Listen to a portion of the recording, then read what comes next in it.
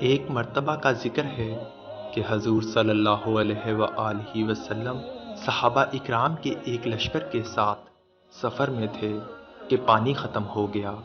سب پر پیاس کی شدت نے غلبہ پا لیا۔ حضرت محمد صلی اللہ علیہ وآلہ وسلم نے حضرت علی رضی اللہ تعالیٰ عنہ کو صحابہ اکرام کی ایک جماعت کے ساتھ حکم دیا کہ وہ پانی کی تلاش میں نکلیں۔ ابھی وہ تھوڑی ہی دور گئے تھے کہ انہیں ایک حبشی غلام اونٹ پر سوار جاتا ہوا دکھائی دیا۔ اس کے ہاتھ میں پانی کا مشکیزہ تھا۔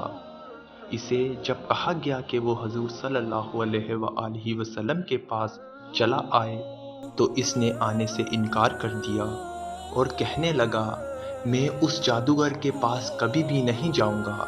حضرت علی رضی اللہ تعالیٰ عنہ نے اس حبشی غلام کو زبردستی حضور صلی اللہ علیہ وآلہ وسلم کے پاس لے آئے۔ حضور صلی اللہ علیہ وآلہ وسلم نے حبشی سے مشکیزہ لے کر کھولا اور اپنا دست رحمت اس پر پھیرا۔ تمام صحابہ اکرام نے سیر ہو کر پانی پیا اور اپنے برتنوں میں بھی بھر لیا۔ مویشیوں کو بھی سیراب کیا، مگر وہ مشکیزہ اسی طرح پانی سے بھرا ہوا تھا جیسے حبشی غلام کے حوالے کیا۔ حبشی نے دیکھا کہ اس کے اندر سے ایک گھونٹ بھی پانی کم نہ ہوا۔ صحابہ اکرام نے اپنے مال میں سے کچھ نہ کچھ اس غلام کو دیا۔ حبشی حضور صلی اللہ علیہ وآلہ وسلم کا معجزہ دیکھ کر حیران ہو رہا تھا۔ حضور صلی اللہ علیہ وآلہ وسلم نے اپنا دست اس حبشی کے چہرے پر پھیرا تو وہ دست مبارک کی برکت سے چاند کی مانند خوبصورت ہو گیا اور چمکدار دکھائی دینے لگا۔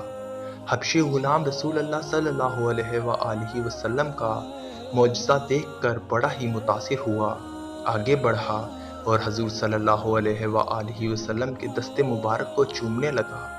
اس کے ساتھ ہی اس نے اسلام قبول کیا اور پھر اپنے قبیلے کی طرف چل دیا۔ اس کے خوبصورت چہرے کو دیکھ کر حبشی غلام کے مالک نے کہا، یہ اونٹ تو میرا ہے، مشکیزہ بھی میرا ہے، لیکن یہ سوار تو میرا حبشی غلام نہیں ہے۔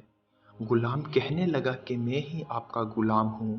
اس کے مالک نے ماننے سے صاف انکار کر دیا اور کہنے لگا، میرا غلام تو سیاہ شکل کا بدصورت آدمی تھا، مگر تم تو چاند کی مانند سفید اور خوبصورت ہو۔ حبشی نے اپنے مالک کو یقین دلانے کی کافی کوشش کی، مگر مالک نے اسے پہچاننے سے صاف انکار کر دیا۔ اس پر غلام نے صورتحال بیان کر کر مالک کے سامنے سارا واقعہ بیان کر دیا۔ اس کے ساتھ ہی اس نے مالک کے گھر کے تمام حالات اور بعض دوسری علامتیں بتائیں تو اس مالک نے اس پر یقین کیا کہ یہ وہی غلام ہے۔ اب تو حبشی کا مالک بھی اس سارے واقعے کو سن کر بہت متاثر ہوا اور حضور صلی اللہ علیہ وآلہ وسلم کی خدمت